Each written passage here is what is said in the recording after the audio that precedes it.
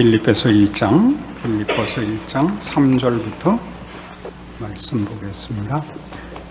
내가 너희를 생각할 때마다 나의 하나님께 감사하며 간구할 때마다 너희 무리를 위하여 기쁨으로 항상 간구함은 너희가 첫날부터 이제까지 복음을 위한 일에 참여하고 있기 때문이라. 너희 안에서 착한 일을 시작하시니가 그리스도 예수의 날까지 이루실 줄을 우리는 확신하노라. 내가 너희 무리를 위하여 이와 같이 생각하는 것이 마땅하니 이는 너희가 내 마음에 있음이며 나의 매임과 복음을 변명함과 확정함에 너희가 다 나와 함께 은혜에 참여한 자가 됨이라. 내가 예수 그리스도의 심장으로 너희 무리를 얼마나 사모하는지 하나님이 내 증인이시니라. 내가 기도하노라. 너희 사랑을 지식과 모든 총명으로 점점 더 풍성하게 하사 너희로 지극히 선한 것을 분별하며 또 진실하여 허물 없이 그리스도의 날까지 이루고 예수 그리스도로 말미암아 의의 열매가 가득하여 하나님의 영광과 찬송이 되기를 원하노라. 만만치 않은 본문입니다. 왜냐하면 우리 지난 수요일에도 생각한 것 같이 감사, 기쁨, 복음, 확신, 그리스도의 마음, 심장 이런 단어들이 나오니까 우리 너무 쉽게 그 단어들을 묶어서 우리가 이 사도 바울의 빌립보 교회를 향한 어떤 그 진심과 빌립보 교회의 특별함 같은 것들을 쉽게 그림을 그릴 위험이 있습니다. 자세히 보시면 7절에 오늘 본문에 있는 내가 너희 무리를 위하여 이와 같이 생각하는 것이 마땅하다. 너희가 내 마음에 있고 18절에 내가 예수 그리스도의 심장으로 너희 무리를 사모한다 라고 얘기하고 있으니까 그 이해에 큰 하자가 없을 것입니다.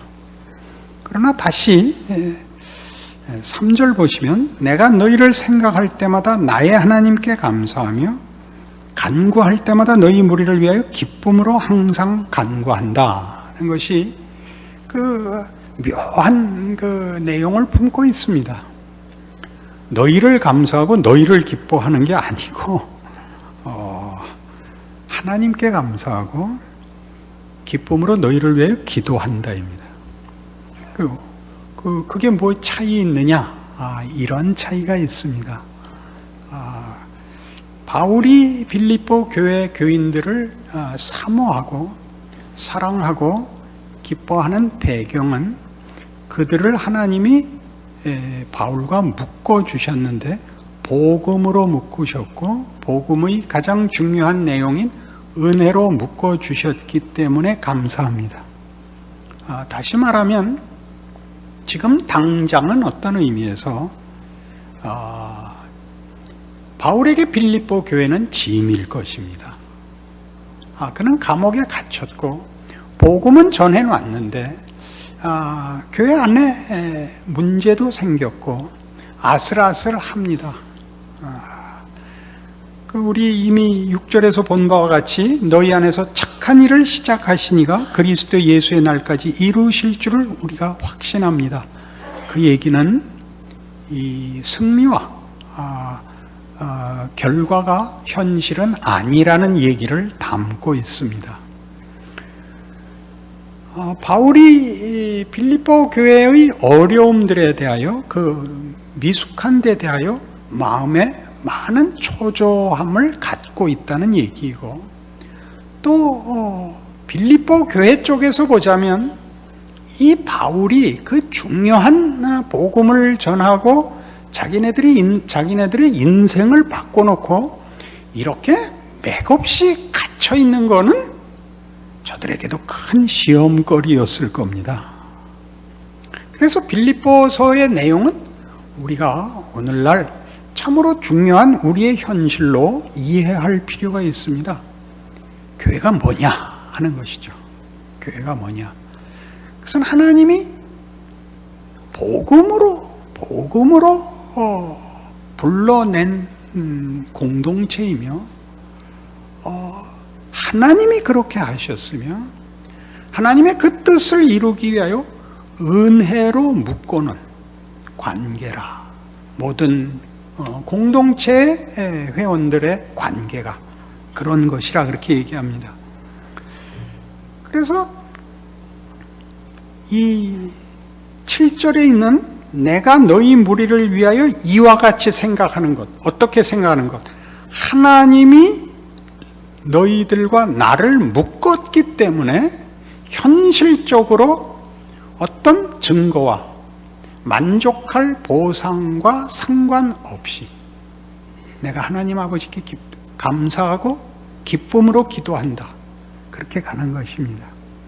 감정적인, 현실적인 보상을 뛰어넘어 하나님이 그 아들을 보내신 하나님이기 때문에 너희와 나를 묶으신 것에 대하여 나는 결단코 후회하거나 비관하지 않겠다.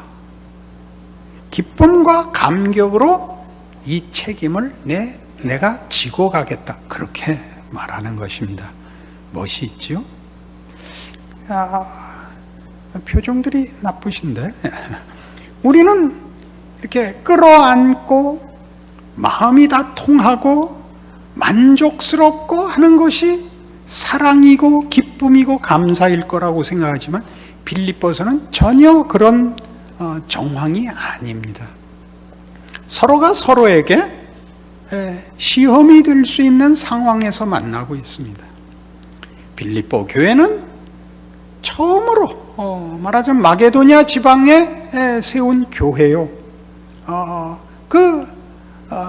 사회적, 정치적, 정신적 배경이 기독교와 아무런 끈이 닿아 있지 않은 그런 배경 속에 있는 것입니다. 많은 우상이 있고 그 우상을 섬기는 반기독교적 정신이 사회와 정치와 모든 것을 힘으로 붙잡고 있는 곳입니다. 그런데 복음을 전하라고 자신을 불러놓고 이 하나님의 종은 감옥에 가두어버린 것입니다. 아슬아슬하기 짝이 없었을 것입니다. 들리는 소문은 더욱 바울을 초조케 했을 수 있습니다. 그리고 빌립보 교회에서는 마찬가지로 바울이 옥에 갇힌 것에 대하여 많은 낙심이 있었을 것은 자명한 일입니다. 그 배경 속에서 이 편지가 감사와 기쁨을 논하고 있고 은혜를 논하고 있고 확신을 논하고 있고 사랑을 논하는 것입니다. 왜요? 7절은 이렇게 얘기합니다. 내가 너희 무리를 위하여 이와 같이 생각하는 것이 마땅하니 하나님이 우리를 묶었기 때문에 나는 확신하고 감사하고 기뻐하고 승리할 줄 믿노라 라고 생각하는 것은 너희가 내 마음에 있음이며 나의 매임과 복음을 변명함과 확정함에 너희가 다 나와 함께 은혜에 참여한 자가 됨이라. 이 단어들을 꼭 기억하세요. 나의 매임과 복음을 변명함과 확정함에 너희가 나와 함께 은혜에 참여한 자라. 은혜에 참여했다는 것은 그 주도권이, 결정권이 빌립보 교회나 사도 바울에게 있지 않았고 하나님의 의로우심과 선하심과 능력 위에 우리가 관계를 맺게 되었고 부름을 받았다는 얘기입니다. 복음을 위하여 부름을 받았는데 복음을 변명하고 확정하는 일에 바울과 빌립보 교회가 동일한 형편의 부름을 받고 있습니다. 바울이 옥에 갇히듯이 빌립보 교회는 교회 자체의 어려움을 갖고 있습니다.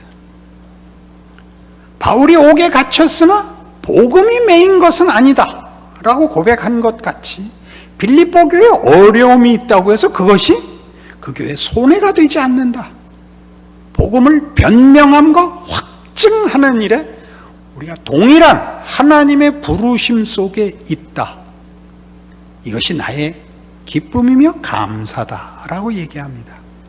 만만치 않은 얘기죠. 바울이 가지는 현실적인 초조감, 불안감까지 하나님의 인도하심과 선하심과 은혜의 능력에 묶어버리는 것입니다. 이건 만만치 않은 일이지요. 내가 너희를 사모하는 것을 너희가 안다. 너희가 내 마음에 있고 내가 예수 그리스도의 심장으로 너희 무리를 얼마나 사모하는지 하나님이 내 증인이시다. 바울이 얼마나 빌립보 교회를 위하고 간절한가? 어떤 의미에서 사랑하고 좋아하고가 아니라 아슬아슬해서 예수께서 이 땅에 오셔서 그의 제자들을 사랑하시고 세상을 위하여 십자가를 지실 때 그 마음이 아슬아슬하셨을 것은 자명한 일입니다. 죽어야만 되는 그의 사역이었거든요. 죽은 자를 살리시고 바다를 잠잠케 하시고 문둥병자를 고쳐서 되는 일이 아니었거든요. 당신이 십자가를 지고 죽어야만 되는 일로 오셨습니다. 그게 여기서 얘기하는 사도 바울이 가진 너희가 내 마음에 있다. 내가 너희를 그리스도의 심장으로 사모하고 있다. 너희 아슬아슬하다. 불안하기 짝이 없다. 그러나 내가 너희를 믿기 때문이 아니라 나를 부르신 하나님이 누군지 내가 알기 때문에 예수로 말미암는 하나님의 복음이 무엇인지를 내가 알기 때문에 내가 기쁨으로 이 아슬아슬함과 이 초조함을 아버지 앞에 감사하고 너희를 위하여 기도할 때 기쁨으로 하노라. 어떤 기쁨? 하나님 아버지 빌립보 교회를 지켜주시옵소서. 저들을 홀로 두지 마옵소서. 나도 아무것도 할 수 없고 저들도 연약하기 짝이 없습니다. 그러나 하나님 아들을 보내신 그 은혜와 능력을 내가 믿습니다. 그것이 이 말들을 만들어내고 있는 것입니다. 우리가 현실적으로 신앙생활을 해보면 우리가 제일 크게 받는 어려움은 자신입니다.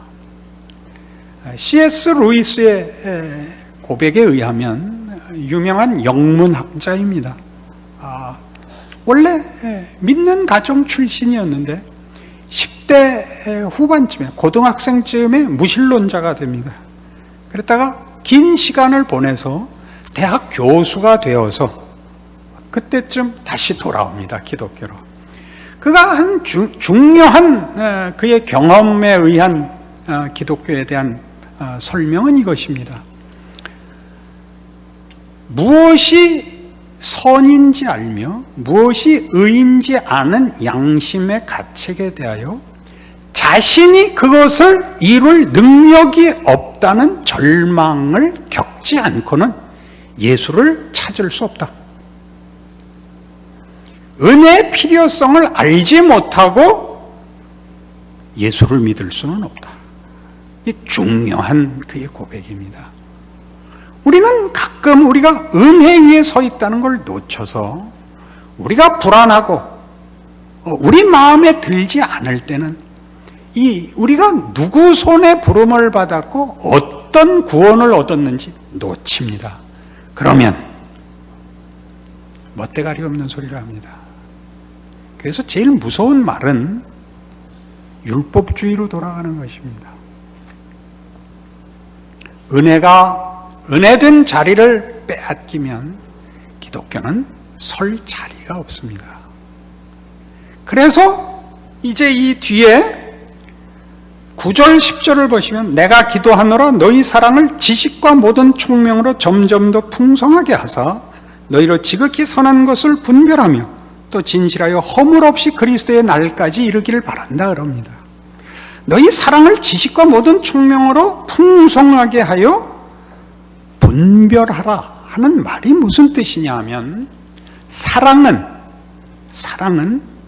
우리 모두가 은혜 위에서 가지는 것입니다. 사랑은 은혜 위에서 가지는 것입니다. 사랑이 다만 자신의 진심을 증거한 것에 그쳐서는 안 됩니다. 자신의 진심을 증거하는 것에 사랑이라는 단어를 동원하면 사람 잡게 됩니다. 바울의 심정이요, 그 뒤를 잇는 모든 하나님의 종들이 부름받는 자리입니다. 어떤 경우에도 하나님의 종이 되면 정죄하는 마음과 자기를 변명하기 위하여 진심을 드러내어 정죄하는 일에서는 물러서야 됩니다. 옳다 그르다는 성경에서는 사랑이라는 말 속에만 존재합니다. 그때 그 사랑은 예수 그리스도에게 나타나는 것 같이 더 나은 자가 지는 것입니다. 어디까지 지죠? 죽는 것까지 지는 것입니다. 이것이 성경이 말하는 사랑이죠. 우리는 이 사랑이 여기 지식과 모든 총명으로 풍성해라 하는 것은 사랑이 다만 명분이 되면 사랑은 힘을 잃는다는 얘기죠. 사랑을 어떻게 해야 되는지 알아야 되는데 선한 것을 분별하고 진실하고 해야 됩니다. 그런 일들이 우리에게 지시하는 것은 우리 빌립보서 속에 이렇게 나옵니다.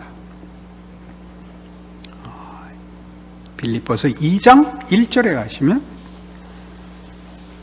그러므로 그리스도 안에 무슨 권면이나 사랑에 무슨 위로나 성령에 무슨 교제나 긍휼이나 자비가 있거든 마음을 같이하여 같은 사랑을 가지고 뜻을 합하며 한 마음을 품어 아무 일에든지 다툼이나 허영으로 하지 말고 오직 겸손한 마음으로 각각 자기보다 남을 낮게 여기고 각각 자기 일을 돌아볼 뿐더러 또한 각각 다른 사람들의 일을 돌아보아 나의 기쁨을 충만하게 하라. 옳은 일 할 때 조심해라. 옳은 일 할 때 조심해라. 그때 5절 너희 안에 이 마음을 품으라 곧 그리스도 예수의 마음이다. 어떠셨길래요? 그는 근본 하나님의 본체시나 하나님과 동등됨을 취할 것으로 여기지 아니하시고 오히려 자기를 비워 종의 형체를 가지사 사람들과 같이 되셨고 사람의 모양으로 나타나사 자기를 낮추시고 죽기까지 복종하셨으니 곧 십자가에 죽으심이라. 이걸 신파조로 읽으시면 안 됩니다. 내 사랑이 얼마나 지극한지 봐라라고 이 구절을 쓰면 금방 정죄가 됩니다.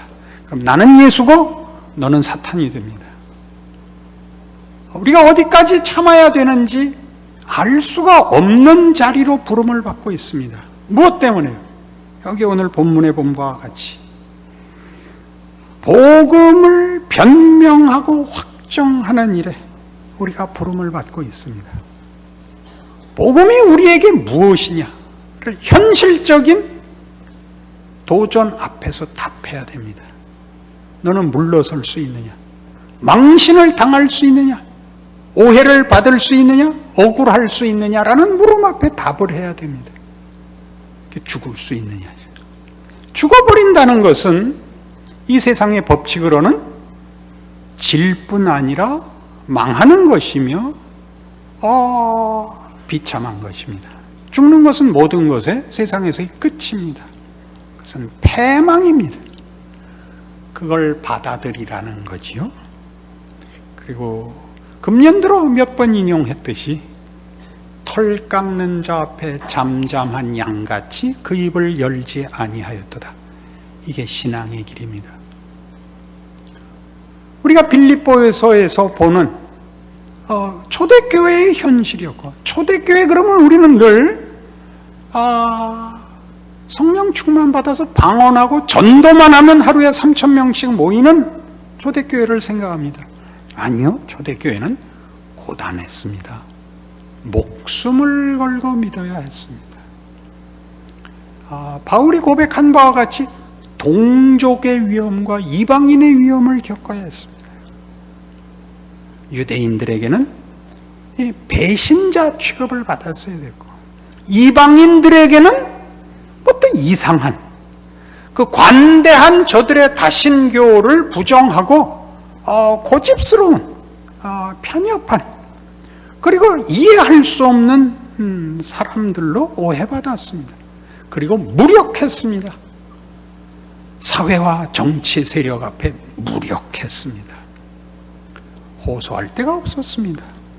많은 사람들이 카타콤으로 숨어들었고 유리하며 이리저리 도망다니고 나중에 발각되면 죽을 수밖에 없었던 긴 세월을 보냅니다.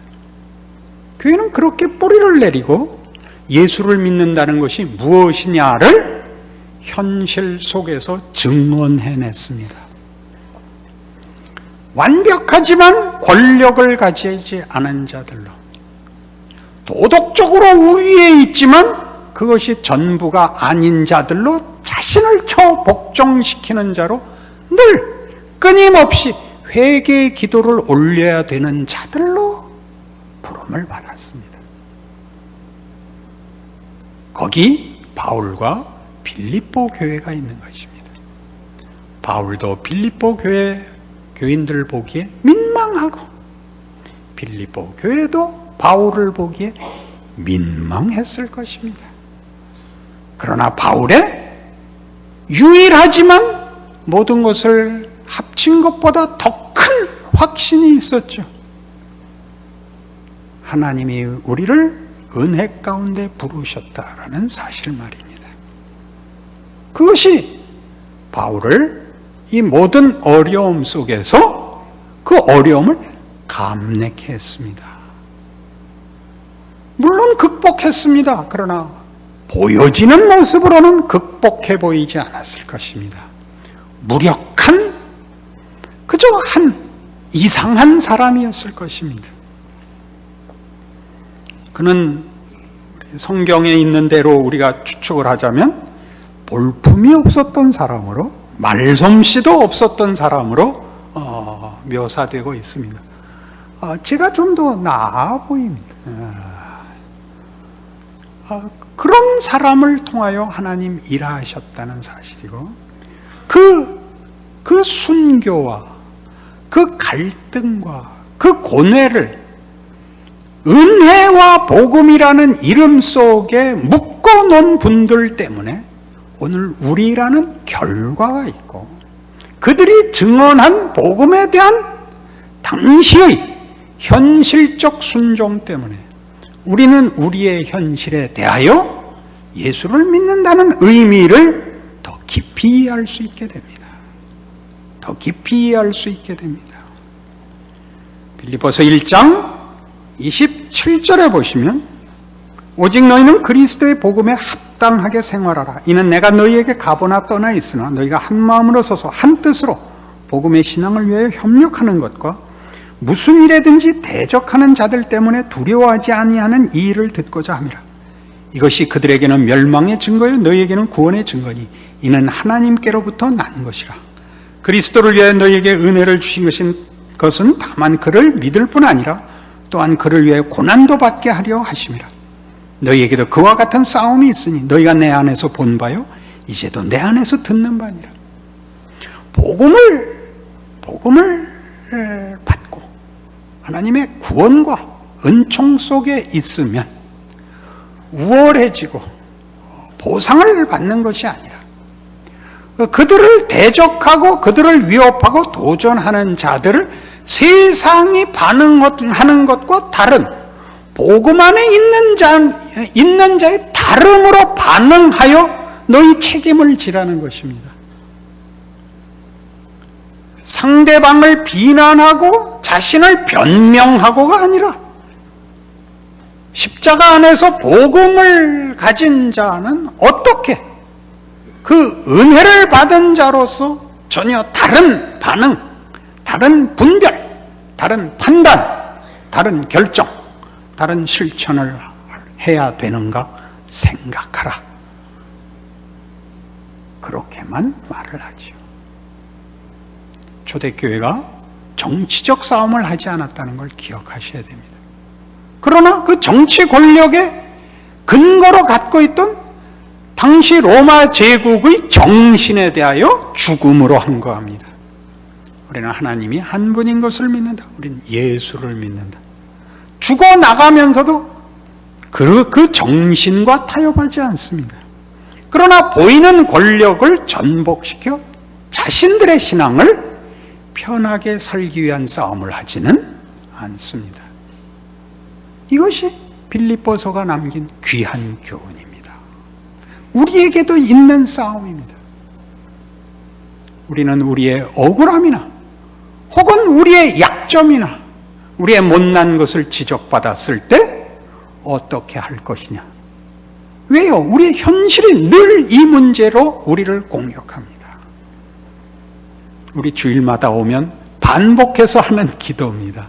하나님, 생각해보니 지난 일주일 동안 신앙적으로 살 생각과 틈이 없었습니다.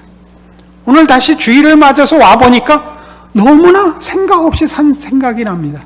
지난 한 주일 동안 신앙 없이 산 것 용서해 주시옵소서. 몇 년 동안 하고 있다? 27년 동안 남포교회 시작하면서부터 해서 여태까지 반복해서 하고 있습니다. 그러나 우리가 감사하는 것은 그 반복되는 회개를 하나님이 받으신다는 사실이죠.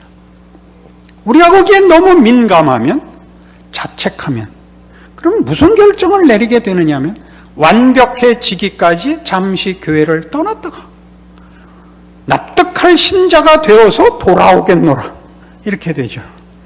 우리 자식들이 부모의 책망을 듣고 나는 정말 못난 자식이구나, 나가서 부모의 기쁨이 되는 그날 돌아오자, 그러고 나가면 저는 죽여버릴 것 같습니다. 네가 효자가 되는 것보다 부모 밑을 떠나는 것을 나는 볼 수가 없노라, 그럴 것입니다. 우리가 우리의 그 복음을 주신 하나님을 어떻게 이해하느냐에 가장 중요한 핵심 내용이 여기 숨어 있습니다. 여기 숨어 있습니다. 우리의 사랑이 진심이라는 것으로 변명이 되고 정죄가 되든가, 사랑이라는 이름으로 모두를 항복시키는 환상이 되리라는 꿈을 깨십시오. 여러분이 사랑과 좋은 믿음을 위하여 평생을 기도해도 응답이 더딥니다. 그죠? 제 신앙의 그 과거를 되돌아보면 어디서 컸나 모르겠습니다. 사실 어디서 컸나 모르겠는데 지금은 예전과 다릅니다. 30년 전과 다릅니다. 제 30년 전은 제 신앙을 악을 써서 표현했습니다. 누구를 공격해서 신앙을 세웠습니다. 지금은 감수해서 신앙을 지킵니다. 마음에 슬픔과 절망이 있으십니까? 저에게 찾아오십시오. 들어드리겠습니다. 고쳐줄 수는 없습니다. 기쁨으로 하나님 앞에 기도해드리겠습니다. 같이 울어주겠습니다. 제가 고칠 수는 없습니다. 제가 믿는 하나님, 저를 이 자리까지 인도하신 하나님이 우리를 하나님의 영광의 찬송이 되게 하신다는 사실을 제 인생 속에서 제가 분명히 보고 있습니다. 저는 훌륭해졌습니다. 제 자신의 부족함과 철없음, 그런 난폭한 과정을 통하여 이 자리에 온 것이 무엇을 의미하는지 알게 되었습니다.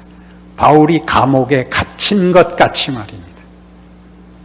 바울이 감옥에 갇혔을 때 얼마나 마음이 참담했겠나 생각을 하십시오.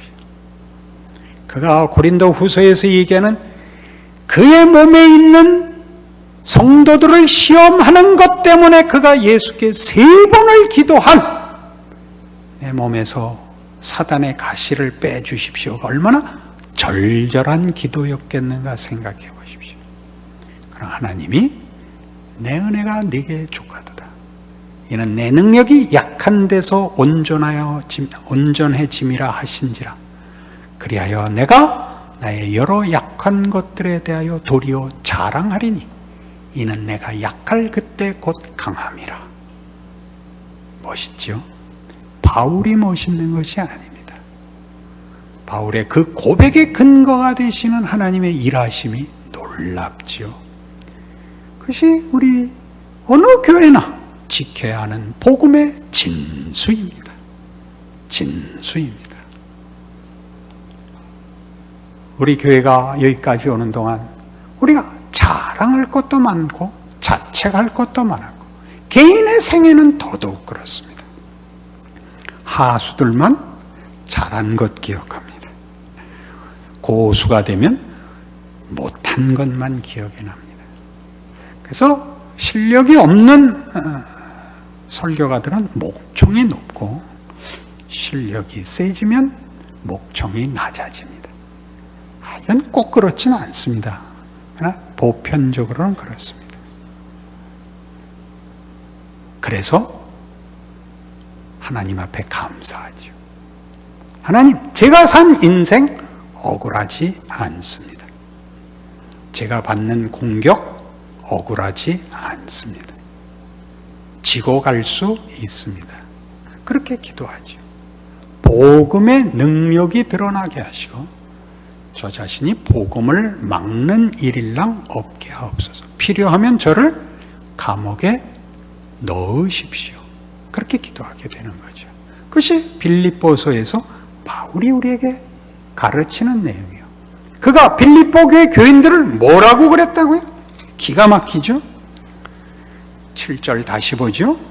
내가 너희 무리를 위하여 이와 같이 생각하는 것이 마땅하니 이는 너희가 내 마음에 있음이며 나의 맹인과 복음을 변명함과 확정함에 너희가 다 나와 함께 은혜에 참여한 자가 됨이라.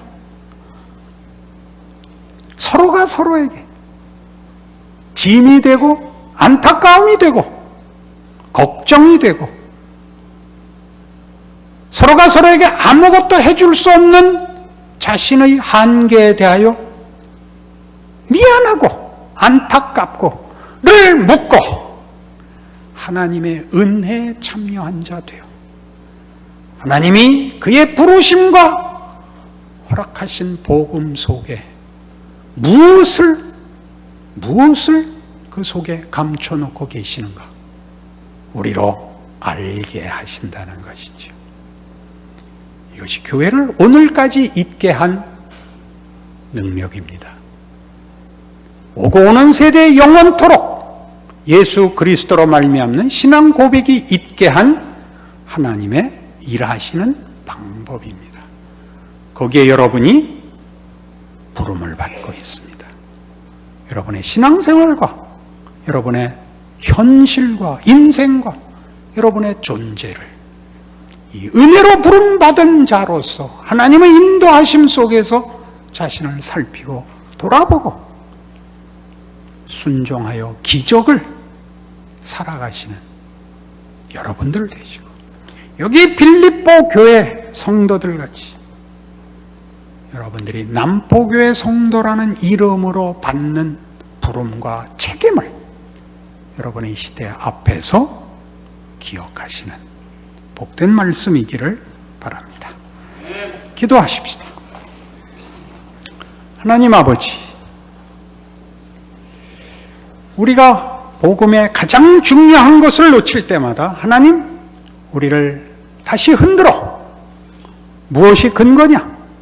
누가 시작했느냐? 누가 이룰 것이냐? 묻곤 하십니다.